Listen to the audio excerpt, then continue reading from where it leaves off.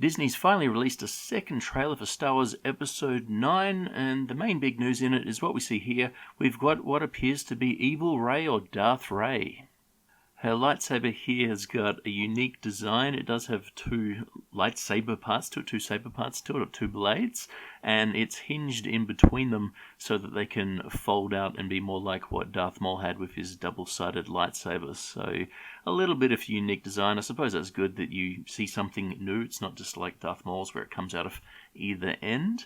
And I suppose it'll probably be used to make a lot of new toy sales. It's probably part of the gimmick there, but interesting little design. It looks a little bit silly to me having them both upright. Not really sure what the advantage would be to have two blades so close next to each other, but again, a little bit of a different mechanic, so I suppose that's good that J.J. Abrams has put something slightly unique or slightly new into Star Wars.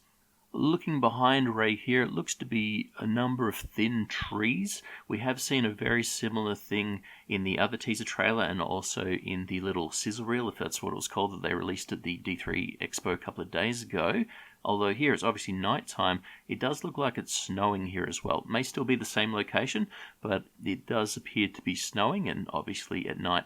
If I had to speculate as to what I think's going on here, and I think that really is the main thing that they have released this, I wouldn't say the odds are that Rey is actually evil. I'd say it's probably more like this is going into the sort of evil force power cave that Luke had to do in Empire Strikes Back to face, your worst fear, if you like. So I would imagine this isn't really Rey, but it's obviously looks like Rey and has a red lightsaber, but that's what I would speculate at this point. Is it's not evil Rey, it's just some sort of force thing that appears to be evil Rey, someone's worst nightmare. Maybe this is Kylo Ren's worst nightmare, not Rey's worst nightmare. I don't know why she would fear, or maybe that would be a good fear of hers. She would fear that she's going to turn to evil, perhaps. I mean, it's very similar to what Luke had to do when he fought the fake Darth Vader. But yeah, this might be Kylo Ren's biggest fear, that he's not really the big, bad, most evil Jedi or anti-Jedi or Sith or whatever he is, that Rey is actually going to be more powerful, more evil than him. But anyway, more speculation, but I think that's probably the more logical way to go right now. The whole trailer goes for around about 2 minutes, and it starts off with the music from Empire Strikes Back, which I think is called Yoda's Theme, and it starts off with the scenes that you would know the best from the original trilogy. So we get all of the main key big scenes that just anyone that's ever seen Star Wars knows straight away, and it's very obvious that they're trying to create some sort of emotional connection with the actual audience, and it appears to me to be more like this is the Star Wars that you know, and this is actually what we're making. So the Disney Star Wars so far has been more like we don't like George Lucas and we're going to do our own thing and we don't care what a lot of the people want. That's maybe the best way that I could put it, the nicest way to put it. This seems to be, all right, we want everybody back, we want the money. So it does seem a little bit, or I will say I'm a little bit cynical towards what they've done here by interposing all of the best scenes, if you like, from Star Wars, or the iconic scenes from the other Star Wars movies, and trying to pretend that this has got something to do with them. The trailer then moves on to a couple of scenes from the original trilogy. Don't know why they want to bring that back up again, but they get some original trilogy scenes in there. And then we get a few scenes from The Force Awakens and from The Last Jedi. The first real scene that we get from the new movie in this trailer is a few little frames of Princess Leia. I think it looks alright here. I can't really tell if that's a computer-generated Princess Leia or if that's footage that they had before. I have read that they're using footage from The Force Awakens that they didn't use with Princess Leia in, and I suppose there must be some footage from the Last Jedi as well that they actually didn't use. So I'm not sure if that's actual footage of her being recorded or if that's a computer-generated image of her. But behind her, she's in some sort of lush green place. Now, I'd say that looks to me to be a tropical planet, not necessarily a forest planet. So it's got green leaves, but they kind of look big and lush to me. So I wouldn't say that that looks like the classic moon of Endor that we know. It very well may be, but I'm just saying it doesn't look like a forest to me as much as a jungle. We get what appears to be another look at the same desert planet that was in trailer number 1. Now, maybe a second desert planet that wasn't in trailer number 1, but I have to assume it's the same desert planet. And this time they overlook some sort of gathering. I wouldn't say it looks like an army, and there are little explodey things going off in the air that I think would be the equivalent of fireworks for these desert people. So I'm going to say it looks like a celebration is going on here, not so much some sort of battle or some sort of army gathering, but that's at least what I think it looks like. And although this doesn't look like any part of Tatooine that we've seen before, we've only really seen a very small part of Tatooine. So this could be Tatooine. It very easily might not be Tatooine, but just because it looks newish or a bit different doesn't mean it's not a planet that we've already been to. In another new scene, we have what I thought, first of all, was Finn in the Millennium Falcon, but I don't believe that this is the Millennium Falcon. With him, he's got another new character. I believe she was on one of the posters, the first poster that was sort of floating around that may or may not have been real, but it certainly had a lot of information that's turned out to be true. But what we can see behind her is someone else's arm. So there's a white or grey glove with an orange arm there behind us. So I really don't think that this is the Millennium Falcon. And from the angle, it looks like that wouldn't be the side windows we're looking out there. It looks like that would be windows behind where they are. And the windows don't look like that on the Millennium Falcon anyway. So I don't think this is the Millennium Falcon at all, but that's just what my mind kind of jumped to straight away when I saw the scene to begin with. The next big new scene we get here is the arrival of the Rebels, or actually they're not the Rebels, the arrival of the Alliance forces. We've got a lot of the new X-Wings here. We've got what looks to be some Y-Wings, we've got some B-Wings, we've got what I think is probably some A-Wings. We've basically got the forces from the battle from Return of the Jedi, so it looks to be nearly identical. We've got a ship there that looks like the Corellian Corvette.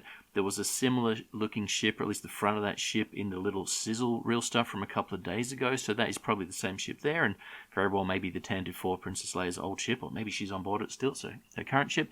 And there appears to be some other new looking ship towards the right middle, so I don't think that's anything I've really seen before, and it really doesn't look like one of the big kind of roundy Mon Calamari ships. So that looks to be a new ship, but the rest of them all look to be pretty much updated versions, or at least the X-Wings are updated versions of what we saw in Return of the Jedi.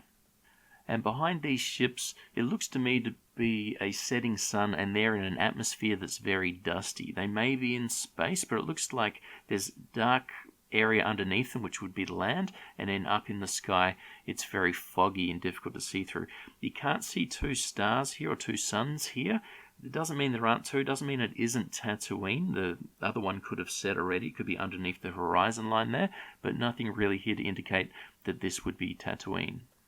That scene then cuts away to this scene here, which is obviously at a different time. It may be the same place because it looks kind of foggy and there is a light source coming in from behind, but it's obviously at nighttime if it is the same place, if not in the middle of space here. And I think maybe this one is more like it's in the middle of space. What we see are the silhouettes of lots of what appears to be the original Star Destroyers. So there were some updated looking Star Destroyers in the previous two Star Wars films, but these look to be more like what we get in the original trilogy. Don't get a really good look at them because they are just silhouetted, but it definitely looks like what you call now the older design ships rather than the newer looking ones which we saw in Star Wars The Last Jedi and The Force Awakens. And what would a J.J. Abrams film be without some sort of Death Ray coming down from the sky, or a planet destroyer of some sort? So here we get some sort of red beam shooting down. It probably isn't a planet-destroying laser. It doesn't look big enough. It looks to be shooting at some sort of mountainous area that has a lot of snow on it. So this certainly doesn't look like Endor. It certainly doesn't look, I should say, the forest moon of Endor. Definitely doesn't look like Tatooine.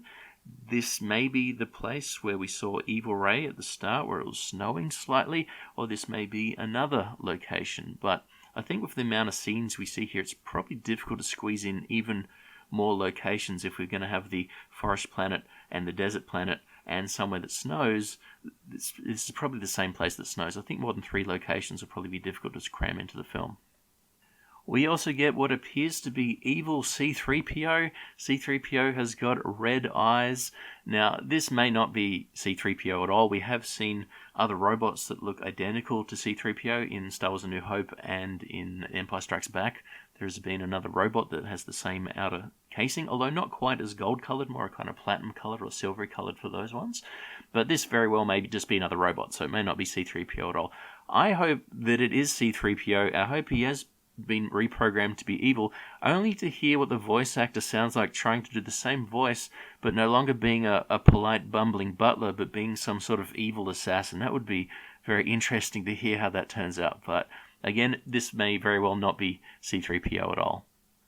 In the second last scene I'll go through here, we've got Rey in the forest planet again. This does look very much like Endor, and I suppose those plants on the ground, they do look kind of jungly. Like I said earlier, those plants didn't look like Endor plants. Well, I guess they kind of do. So this has got the larger trees, and it's got the forest growth on the bottom. I suppose that is the same place that we saw Princess Leia in earlier, so probably the same planet, and could very well still be the forest moon of Endor.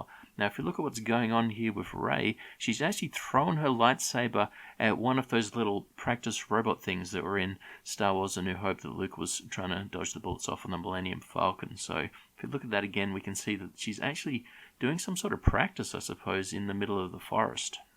And if we take a look at the end of the scene where Rey catches the lightsaber again, I think it looks like the bottom half of the hilt is different from Luke's lightsaber, Anakin Skywalker's lightsaber. So the front half, the silvery bit, I think that looks pretty much the same, but the back half doesn't seem to have the lines through it which don't go as far out, it's a terrible description, where it's actually silvery coloured, and this one looks to be entirely black at the back end, which explains what's going on there. I guess she's repaired the lightsaber since it was blown up in half between her and Kylo Ren in The Last Jedi. So that's how it looks to me anyway. It looks to be the front half of the old lightsaber and maybe a new back half. And the last new scene here in trailer number 2, although having said that, this isn't one scene, it's actually 2 scenes. So I did say the previous one was the second last scene. This is really the second last scene. It's cut together to look like one scene. We've got Kylo Ren in the snow. He walks past the camera, and then we're in a completely different place, a completely new scene. And this is the last actual scene that we see here. So we've got Kylo Ren and Rey fighting on what is probably the remains of the Death Star.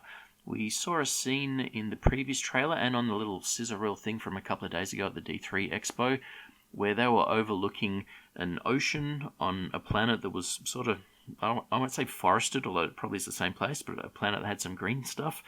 Had an ocean, or at least a very large lake, and it had what appeared to be the remains of one of the Death Star in it. I'm guessing that's where they are here. So they're on top of the remains of the Death Star, and they're fighting over, I don't know, getting into the Death Star, finding something Death Star, whatever they're looking for there. And I would say it does seem to point that this is Endor, or the forest moon of Endor. Could be Yavin 4 still, that could have oceans, and that had a lot of green areas, so that's still a possibility. And it could obviously be a third planet where a third Death Star was destroyed somewhere between the Return of the Jedi and the newer films. So that definitely could be a possibility. But I think most signs right now are pointing towards this being Endor. So all in all, there's a lot of information here to speculate over, which I think is their main goal from this trailer. I suppose they have 2 goals. The first goal would be to say, look, this is the old Star Wars that you like. Come back. We like the original trilogy again. Come back to us.